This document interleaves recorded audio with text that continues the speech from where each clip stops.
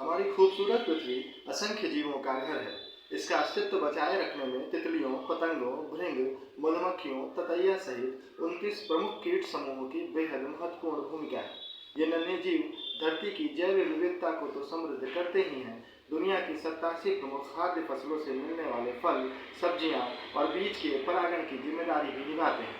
आज बात करेंगे इन्हीं कीटों में से एक मधुमक्खी की। धरती पर मधुमक्खियों की 20,000 से अधिक प्रजातियां पाई जाती हैं। ये 2 मिलीमीटर से लेकर 4 सेंटीमीटर तक के आकार में होती हैं। फूल, पौधे और मधुमक्खियों के बीच महत्वपूर्ण संबंध है। ये सिलसिला करीब 10 करोड़ वर्ष से चल रहा है।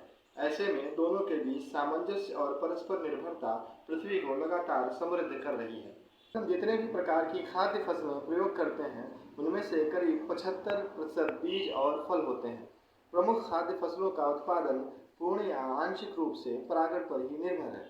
परागण की इस प्रक्रिया में मधुमक्खियों का योगदान अग्रणी है।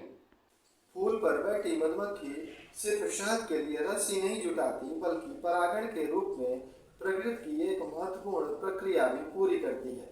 फूल पर जैसे ही मधुमक्खी बैठती है, उसके पैरों और शरीर पर परागकण चिपक जाते हैं।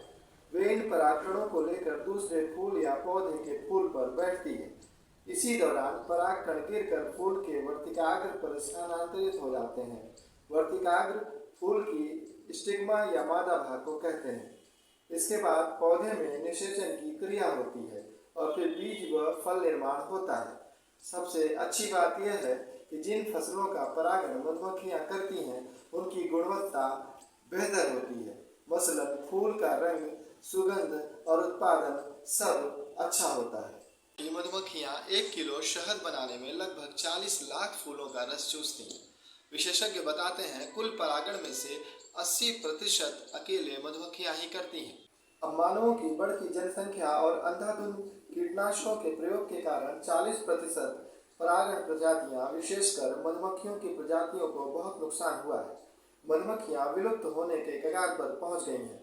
ये नहीं रहेंगी तो खाद्यान्न उत्पादन प्रभावित होने के साथ ही शहद और प्राकृतिक मोम का स्रोत भी खत्म हो जाएगा।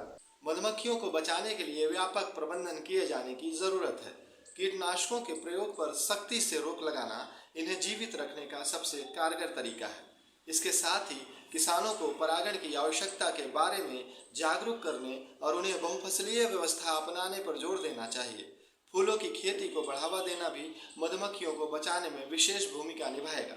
सरकार और आमजन के साझा प्रयास से ही हम मधुमक्खी जैसे बहुपयोगी जीव को बचा पाएंगे।